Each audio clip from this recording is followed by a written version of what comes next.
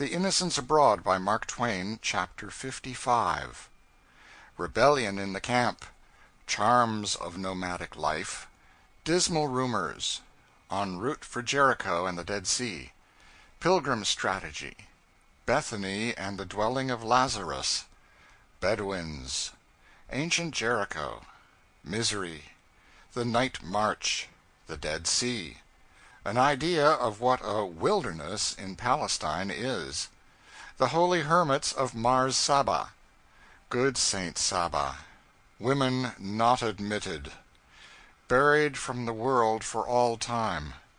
Unselfish Catholic benevolence. Gazelles. The Plain of the Shepherds. Birthplace of the Savior, Bethlehem. Church of the Nativity. Its 100 holy places. The famous Milk Grotto. Tradition. Return to Jerusalem, exhausted. We cast up the account. It footed up pretty fairly. There was nothing more at Jerusalem to be seen, except the traditional houses of Dives and Lazarus of the parable, the tombs of the kings, and those of the judges, the spot where they stoned one of the disciples to death and beheaded another, the room and the table made celebrated by the Last Supper, the fig tree that Jesus withered, a number of historical places about Gethsemane and the Mount of Olives, and 15 or 20 others in different portions of the city itself. We were approaching the end. Human nature asserted itself now. Overwork and consequent exhaustion began to have their natural effect. They began to master the energies and dull the ardor of the party. Perfectly secure now against failing to accomplish any detail of the pilgrimage, they felt like drawing in advance upon the holiday soon to be placed to their credit. They grew a little lazy. They were late to breakfast and sat long at dinner. 30 or 40 pilgrims had arrived from the ship by the short routes, and much swapping of gossip had to be indulged in. And in hot afternoons they showed a strong disposition to lie on the cool divans in the hotel and smoke and talk about pleasant experiences of a month or so gone by, for even thus early do episodes of travel which were sometimes annoying, sometimes exasperating, and full as often of no consequence at all when they transpired, begin to rise above the dead level of monotonous reminiscences and become shapely landmarks in one's memory. The fog whistle smothered among a million of trifling sounds is not noticed a block away in the city, but the sailor hears it far at sea, whither none of those thousands of trifling sounds can reach. When one is in Rome, all the domes are alike, but when he has gone away 12 miles, the city fades utterly from sight and leaves St. Peter's swelling above the level plain like an anchored balloon. When one is traveling in Europe, the daily incidents seem all alike, but when he has placed them all 2 months and 2,000 miles behind him, those that were worthy of being remembered are prominent, and those that were really insignificant have vanished. This disposition to smoke and idle and talk was not well. It was plain that it must not be allowed to gain ground. A diversion must be tried, or demoralization would ensue. The Jordan, Jericho, and the Dead Sea were suggested. The remainder of Jerusalem must be left unvisited for a little while. The journey was approved at once. New life stirred in every pulse. In the saddle, abroad on the plains, sleeping in beds bounded only by the horizon, fancy was at work with these things in a moment.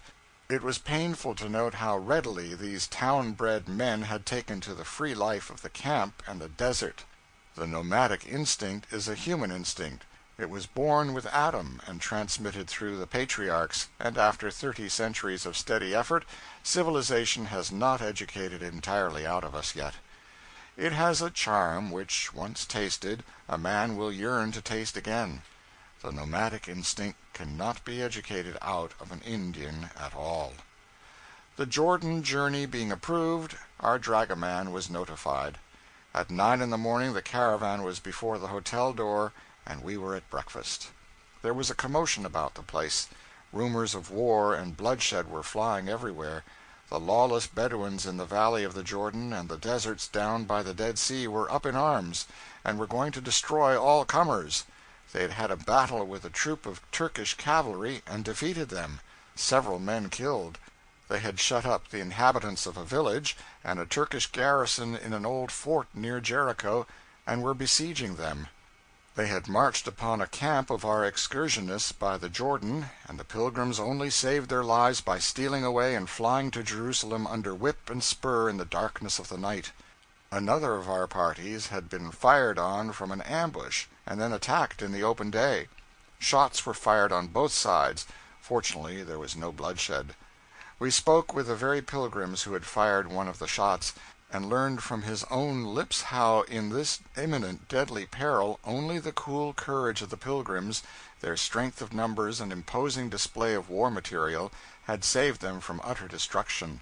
It was reported that the consul had requested that no more of our pilgrims should go to the Jordan while this state of things lasted, and further that he was unwilling that any more should go, at least without an unusually strong military guard. Here was trouble. But with the horses at the door, and everybody aware of what they were there for, what would you have done? Acknowledged that you were afraid, and backed shamefully out? Hardly. It would not be human nature, where there were so many women. You would have done as we did, said you were not afraid of 1,000,000 Bedouins, and made your will, and proposed quietly to yourself to take up an unostentatious position in the rear of the procession. I think we must all have determined upon the same line of tactics, for it did seem as if we never would get to Jericho. I had a notoriously slow horse, but somehow I could not keep him in the rear to save my neck. He was forever turning up in the lead.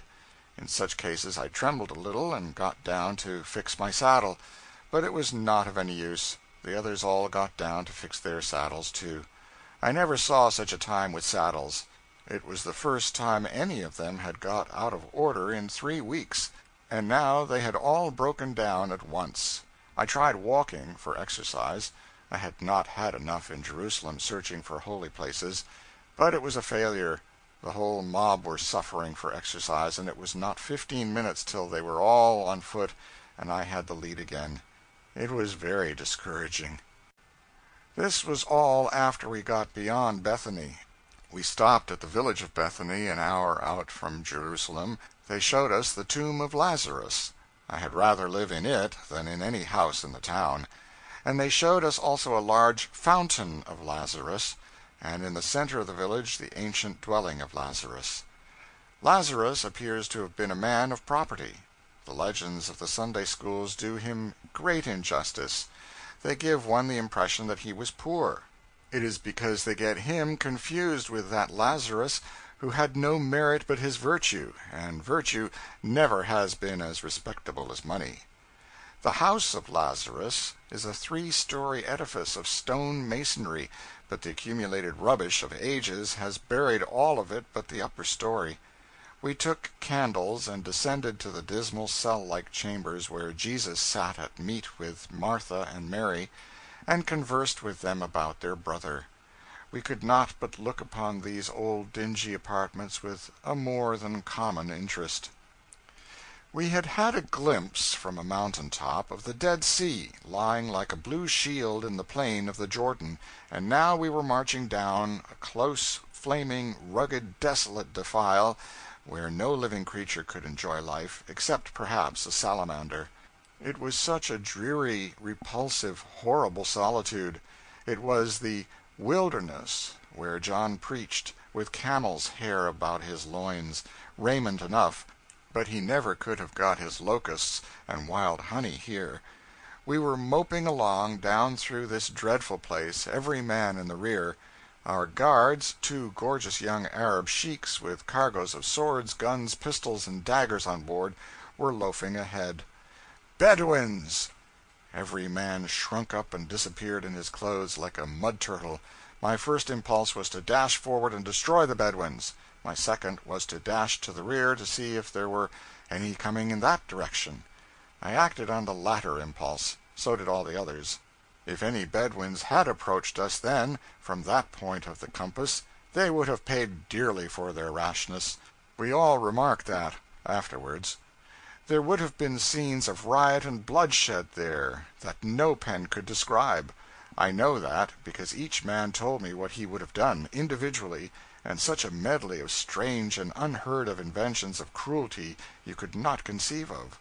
One man said he had calmly made up his mind to perish where he stood, if need be, but never yield an inch. He was going to wait, with deadly patience, till he could count the stripes upon the first Bedouin's jacket, and then count them and let him have it. Another was going to sit still till the first lance reached within an inch of his breast, and then dodge it and seize it. I forbear to tell what he was going to do to that Bedouin that owned it. It makes my blood run cold to think of it. Another was going to scalp such Bedouins as fell to his share, and take his bald-headed sons of the desert home with him alive for trophies. But the wild-eyed pilgrim rhapsodist was silent. His orbs gleamed with a deadly light, but his lips moved not. Anxiety grew, and he was questioned. If he had got a Bedouin, what would he have done with him? Shot him? He smiled a smile of grim contempt and shook his head. Would he have stabbed him? Another shake. Would he have quartered him? Flayed him? More shakes. Oh, horror, what would he have done? Eat him. Such was the awful sentence that thundered from his lips. What was grammar to a desperado like that? I was glad in my heart that I had been spared these scenes of malignant carnage. No Bedouins attacked our terrible rear, and none attacked the front. The newcomers were only a reinforcement of cadaverous Arabs, in shirts and bare legs, sent far ahead of us to brandish rusty guns and shout and brag, and carry on like lunatics, and thus scare away all bands of marauding Bedouins that might lurk about our path. What a shame it is that armed white Christians must travel under guard of vermin like this, as a protection against the prowling vagabonds of the desert, those sanguinary outlaws who are always going to do something desperate, but never do it.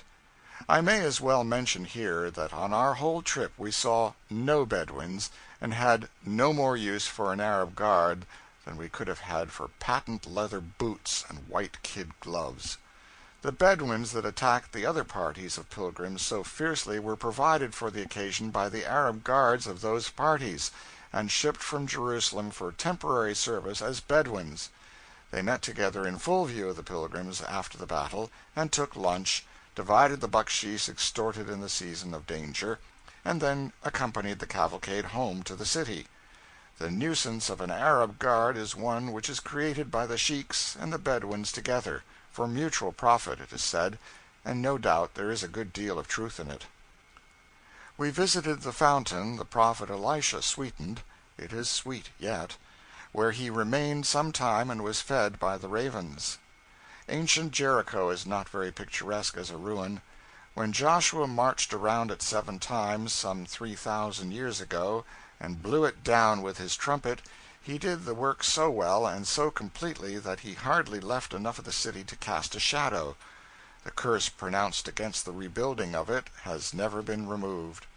One king, holding the curse in light estimation, made the attempt, but was stricken sorely for his presumption.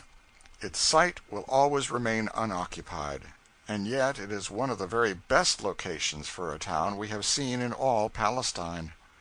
At 2 in the afternoon they routed us out of bed, another piece of unwarranted cruelty, another stupid effort of our dragomen to get ahead of a rival. It was not 2 hours to the Jordan. However, we were dressed and under way before anyone thought of looking to see what time it was, and so we drowsed on through the chill night air, and dreamed of campfires, warm beds, and other comfortable things. There was no conversation. People do not talk when they are cold, and wretched, and sleepy. We nodded in the saddle at times, and woke up with a start to find that the procession had disappeared in the gloom. Then there was energy and attention to business until its dusky outlines came in sight again. Occasionally the order was passed in a low voice down the line, "Close up! Close up! Bedouins lurk here, everywhere." What an exquisite shudder it sent shivering along one's spine! We reached the famous river before 4 o'clock, and the night was so black that we could have ridden into it without seeing it. Some of us were in an unhappy frame of mind. We waited and waited for daylight, but it did not come. Finally we went away in the dark and slept an hour on the ground, in the bushes, and caught cold. It was a costly nap, on that account, but otherwise it was a paying investment because it brought unconsciousness of the dreary minutes and put us in a somewhat fitter mood for a first glimpse of the sacred river. With the first suspicion of dawn, every pilgrim took off his clothes and waded into the dark torrent, singing, "On Jordan's stormy banks I stand, and cast a wistful eye to Canaan's fair and happy land, where my possessions lie." But they did not sing long. The water was so fearfully cold that they were obliged to stop singing and scamper out again. Then they stood on the bank shivering, and so chagrined and so grieved that they merited holiest compassion, because another dream, another cherished hope, had failed. They had promised themselves all along that they would cross the Jordan where the Israelites crossed it when they entered Canaan from their long pilgrimage in the desert. They would cross where the 12 stones were placed in memory of that great event. While they did it, they would picture to themselves that vast army of pilgrims marching through the cloven waters, bearing the hallowed ark of the covenant, and shouting hosannas, and singing songs of thanksgiving and praise. Each had promised himself that he would be the first to cross. They were at the goal of their hopes at last, but the current was too swift, the water was too cold. It was then that Jack did them a service.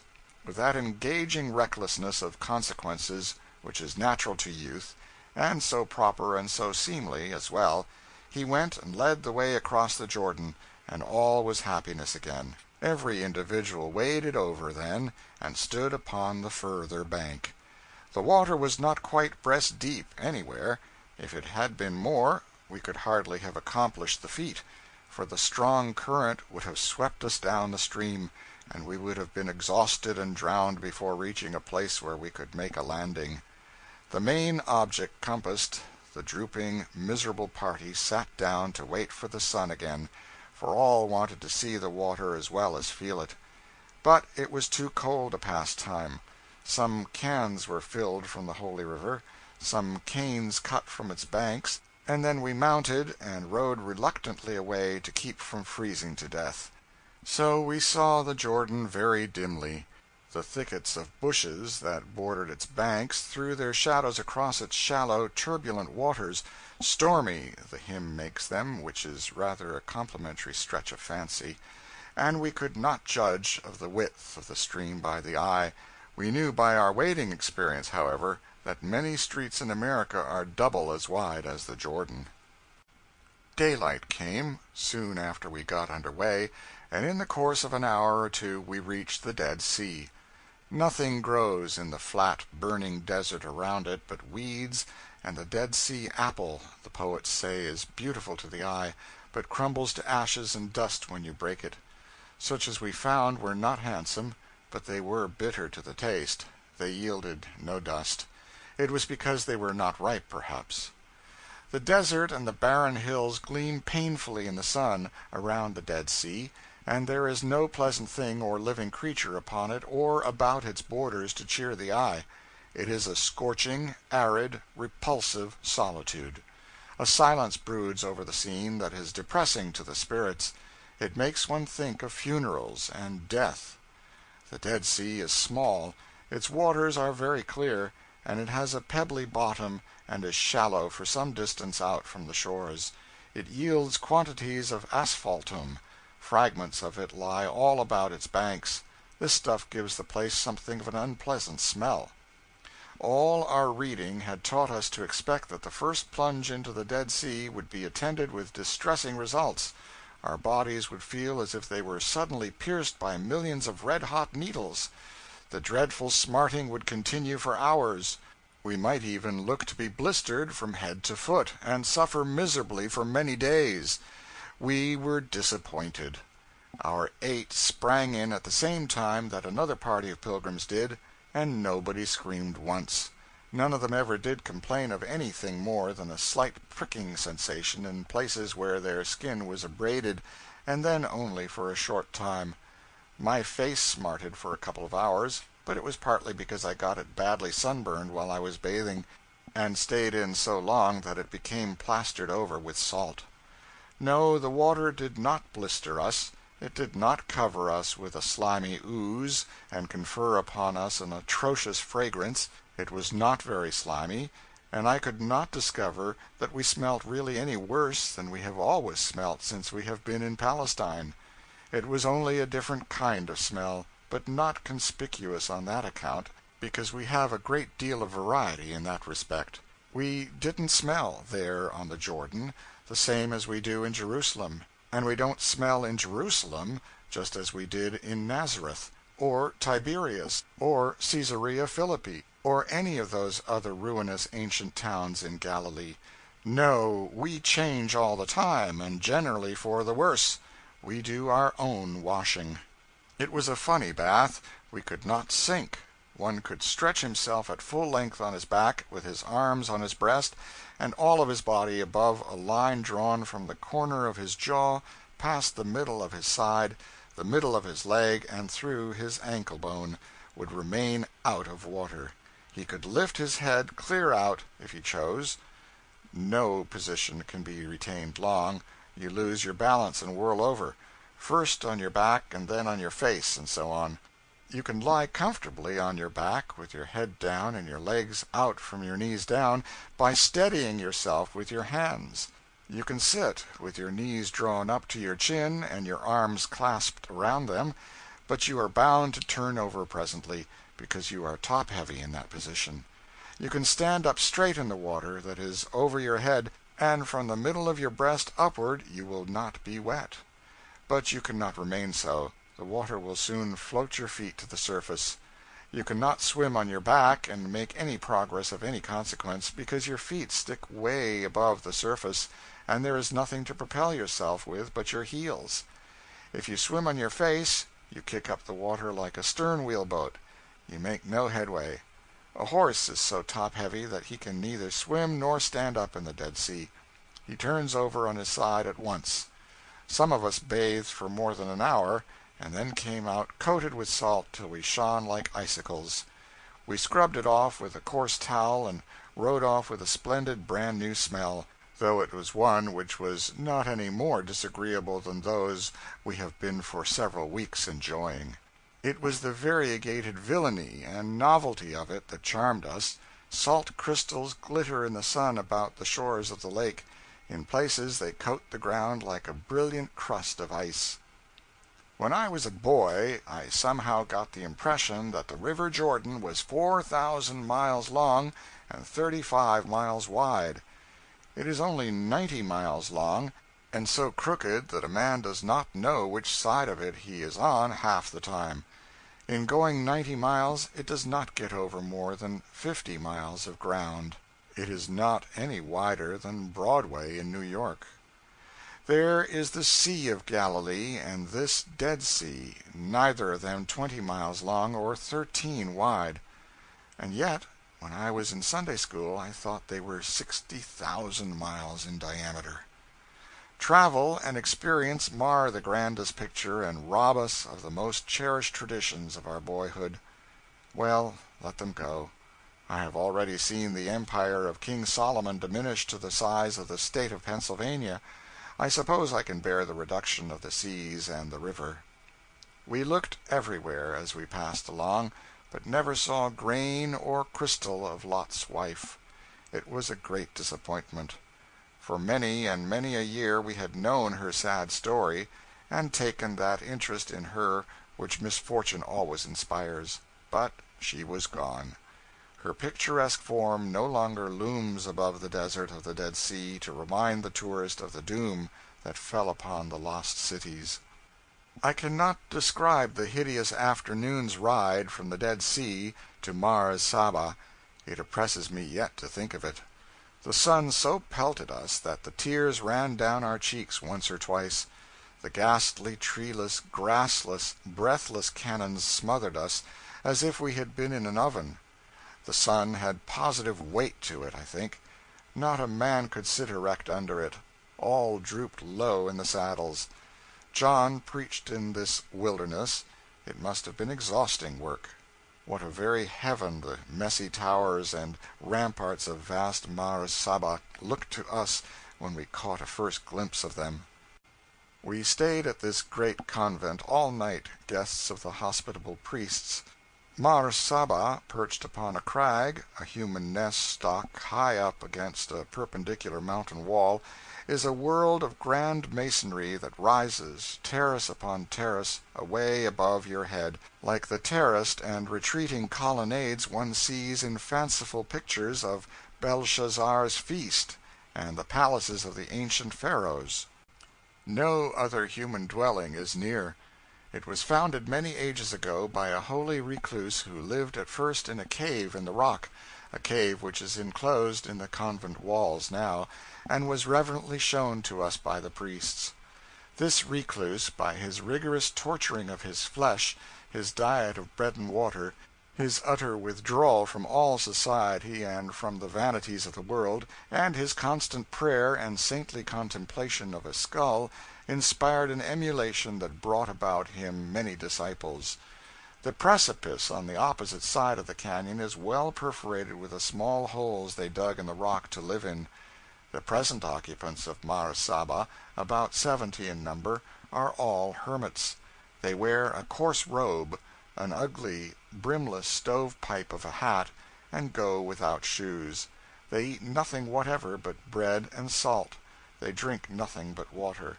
As long as they live, they can never go outside the walls, or look upon a woman, for no woman is permitted to enter Mar Saba upon any pretext whatsoever. Some of those men have been shut up there for 30 years. In all that dreary time they have not heard the laughter of a child or the blessed voice of a woman. They have seen no human tears, no human smiles. They have known no human joys, no wholesome human sorrows. In their hearts are no memories of the past, in their brains no dreams of the future. All that is lovable, beautiful, worthy, they have put far away from them. Against all things that are pleasant to look upon, and all sounds that are music to the ear, they have barred their massive doors, and reared their relentless walls of stone forever. They have banished the tender grace of life, and left only the sapped and skinny mockery. Their lips are lips that never kiss and never sing. Their hearts are hearts that never hate and never love. Their breasts are breasts that never swell with the sentiment, I have a country and a flag. They are dead men who walk. I set down these first thoughts because they are natural, not because they are just or because it is right to set them down. It is easy for bookmakers to say, I thought so-and-so as I looked upon such and such a scene, when the truth is they thought all those fine things afterwards. One's first thought is not likely to be strictly accurate, yet it is no crime to think it, and none to write it down, subject to modification by later experience. These hermits are dead men in several respects, but not in all. And it is not proper that, thinking ill of them at first, I should go on doing so, or, speaking ill of them, I should reiterate the words and stick to them. No, they treated us too kindly for that. There is something human about them somewhere. They knew we were foreigners and Protestants, and not likely to feel admiration or much friendliness toward them. But their large charity was above considering such things. They simply saw in us men who were hungry and thirsty and tired, and that was sufficient. They opened their doors and gave us welcome. They asked no questions, and they made no self-righteous display of their hospitality. They fished for no compliments. They moved quietly about, setting the table for us, making the beds, and bringing water to wash in, and paid no heed when we said it was wrong for them to do that, when we had men whose business it was to perform such offices. We fared most comfortably, and sat late at dinner.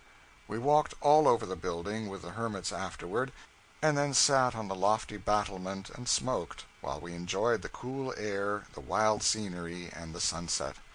One or two chose cozy bedrooms to sleep in, but the nomadic instinct prompted the rest to sleep on the broad divan that extended around the great hall, because it seemed like sleeping out of doors, and so was more cheery and inviting.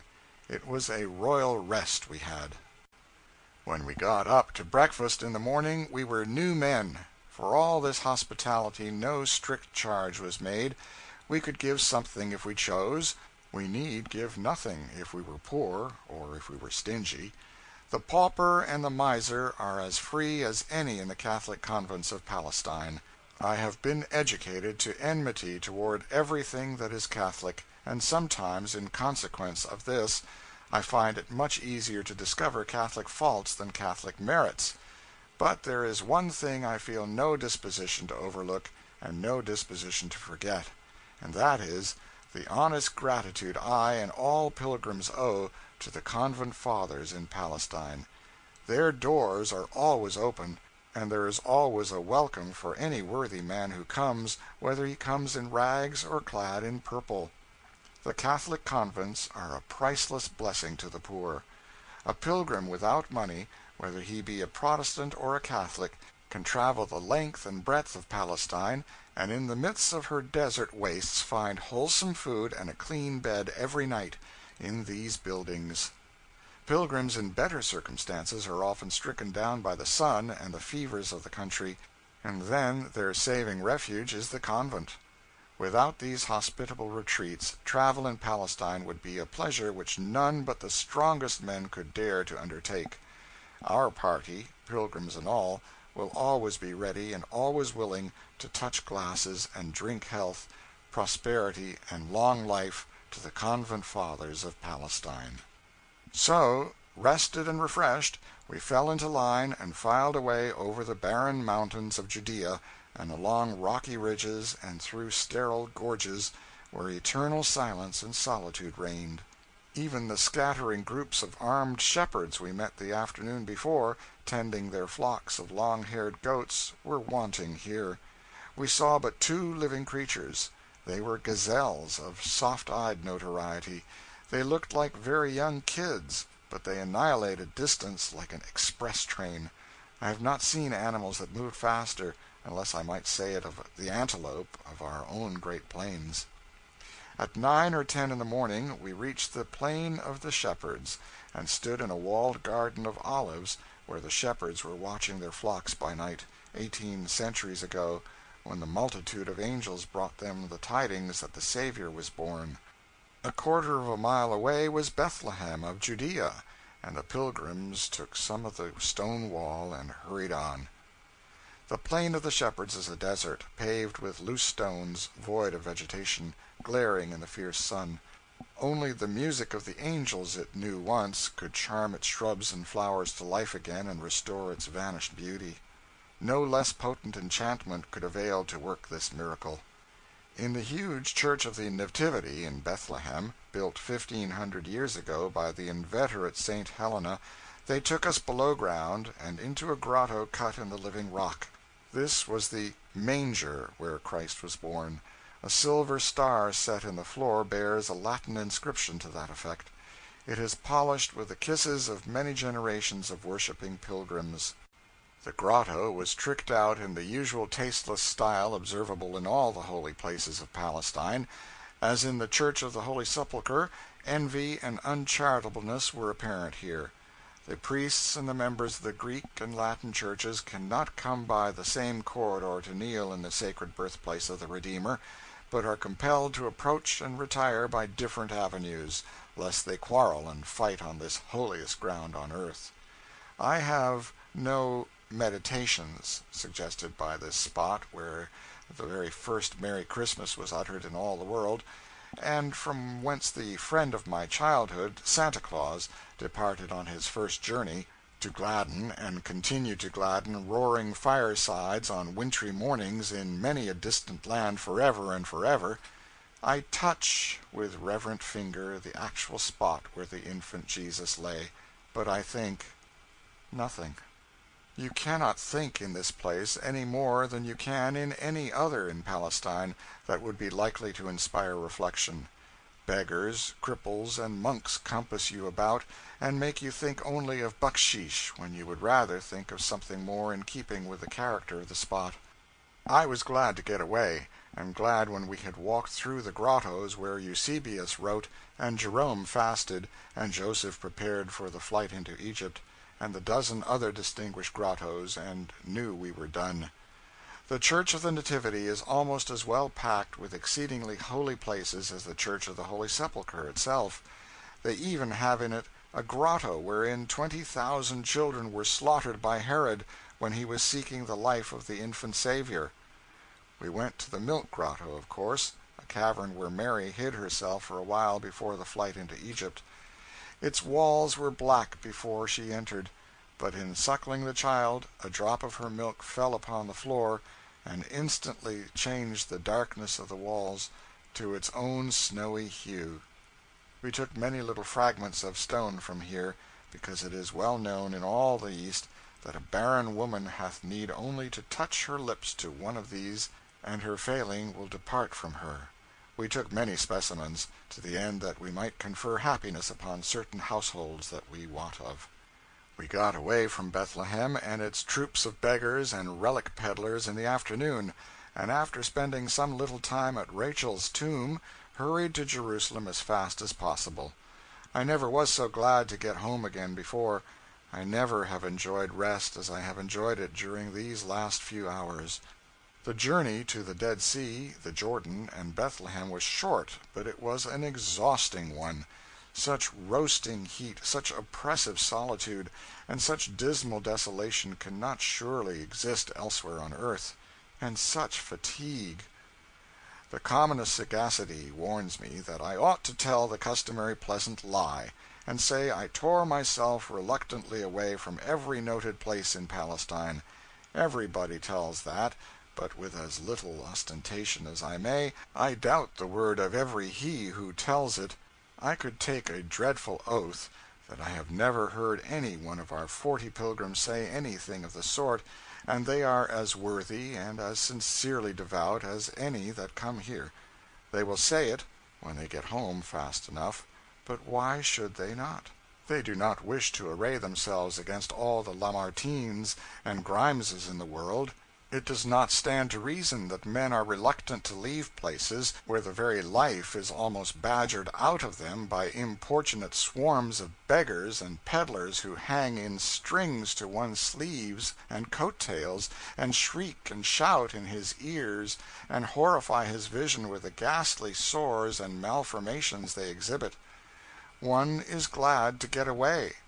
I have heard shameless people say they were glad to get away from ladies' festivals, where they were importuned to buy by bevies of lovely young ladies, transform those houris into dusky hags and ragged savages, and replace their rounded forms with shrunken and knotted distortions, their soft hands with scarred and hideous deformities, and the persuasive music of their voices with the discordant din of a hated language, and then see how much lingering reluctance to leave could be mustered. No, it is the neat thing to say you were reluctant, and then append the profound thoughts that struggled for utterance in your brain, but it is the true thing to say you were not reluctant, and found it impossible to think at all, though in good sooth it is not respectable to say it, and not poetical either. We do not think in the holy places. We think in bed, afterwards, when the glare, and the noise, and the confusion are gone, and in fancy we revisit alone the solemn monuments of the past, and summon the phantom pageants of an age that has passed away. End of chapter 55.